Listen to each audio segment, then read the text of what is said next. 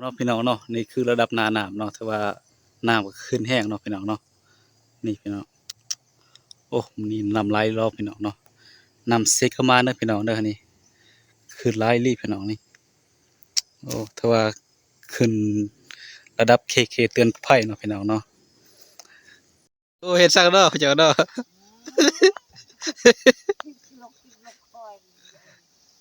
น้ำลายเด้อมื้อนี้เด้อ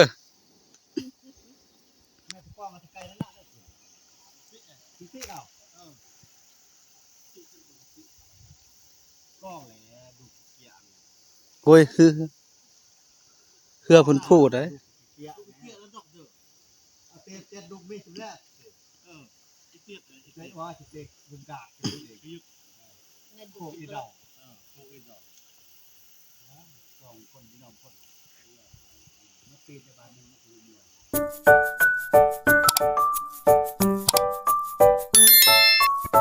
เอาสบายดีพี่น้อง FC ทุกคนเนาะมาพบมาพอกับซอนดิสแนลคือเก่าพี่น้องมื้อนี้บาดนี้สิไปเบิ่งน้ำเนาะน้ำเซก็มาเนาะพี่น้องเนาะยินข่าวว่าน้ำขึ้นหลายมื้อนี้เนาะว่าสิขึ้นหลายส่ำใดเนาะบ่าวก็เลยไปเบิ่งเนาะได้ยินแต่เขาว่าน้ำขึ้นหลายมื้อนี้เพราะว่า2-3มื้อหลังฝนตกเนาะพายุเข้าพี่น้องเนาะเฮ็ดให้ฝนตกน้ำท่วมขึ้นน้ำเสียจะหลายเนาะบ่าวก็เลยไปเบิ่งเนาะ จังไดก็ก่อนเบิ่งคลิปนี้ก็ฝากพี่น้องกดไลค์กดแชร์กดติดตามเด้อพี่น้องเด้อเพื่อเป็นกำลังใจให้บ่าวเนาะเอาไปชมเลยพี่น้องโอ้เฮ็ดซักเนาะเจ้าเนาะ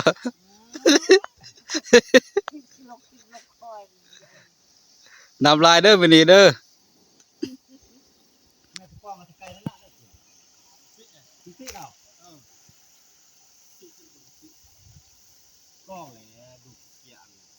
โอ้ยคือเพิ่นพูดเด้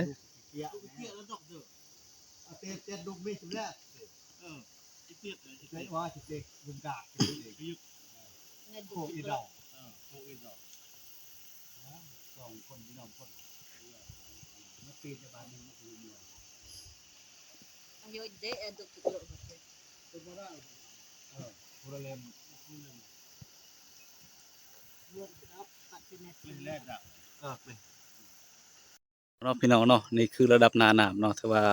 น้ำก็ขึ้นแห้งเนาะพี่น้องเนาะนี่พี่น้องโอ้นี่น้ำไหลรอบพี่น้องเนาะน้ำเซกเข้ามาเด้อพี่น้องเด้อนี่ขึ้นไหลรีบพี่น้องนี่โอ้แต่ว่าขึ้นระดับเคเตือนภัยเนาะพี่น้องเนาะคือขึ้นอีกประมาณยังเม็ดหนึ่งอาจสิท่วมเนาะ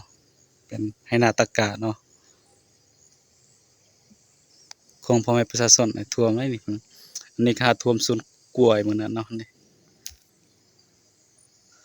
สวนมันสวนกล้วยโอ้ยท่วมได้พี่น้องแต่ท่วมบ่ทันหลายเนาะท่วมแต่พื้นที่ต่ำนะพี่น้องเนาะแต่บนสูงบ่ทันได้ท่วมเนาะ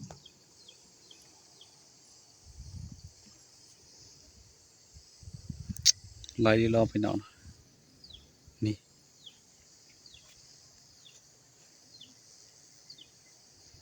ระดับเขตเตือนภัยเนาะ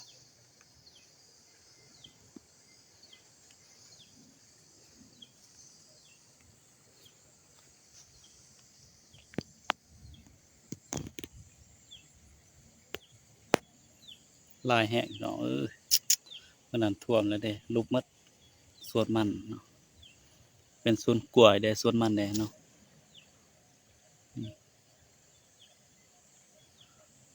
สวนมันมื้อนั้นเนาะ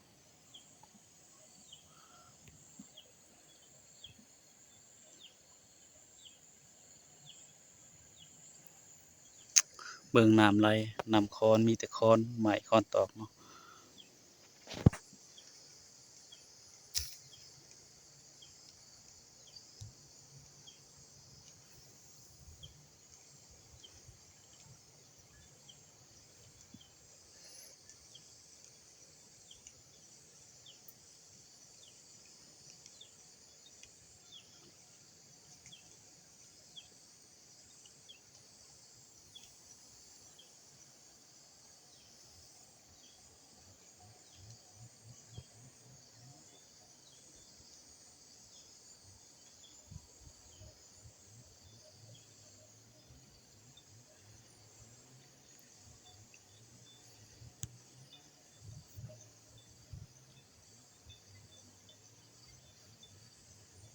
ท่วมแห้งเนาะพี่น้องเนาะท่วมรีร้อนนี่พี่น้อง